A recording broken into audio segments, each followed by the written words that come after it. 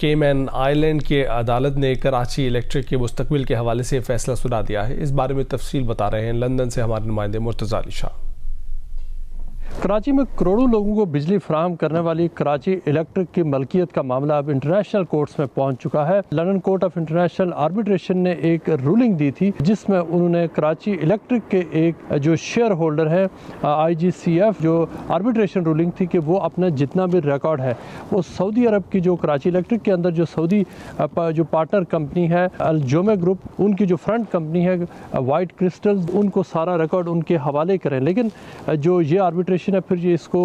जो Cayman island में ले गया था और केमैन आइलैंड की जो ग्रैंड कोर्ट है उसके जो सीनियर मोस्ट जज है उन्होंने अब ये रूलिंग दी है कि जो London court of international arbitration ने जो रूलिंग दी थी वो उसको मेंटेन किया है। जज ने ये भी कहा है कि जो मुख्तलिफ जो मनी मूवमेंट है उसके हवाले से जो इल्ज़ामात हैं कि जो पाकिस्तान के अंदर जो मुख्तलिफ 66 मिलियन की जो अमाउंट से उनको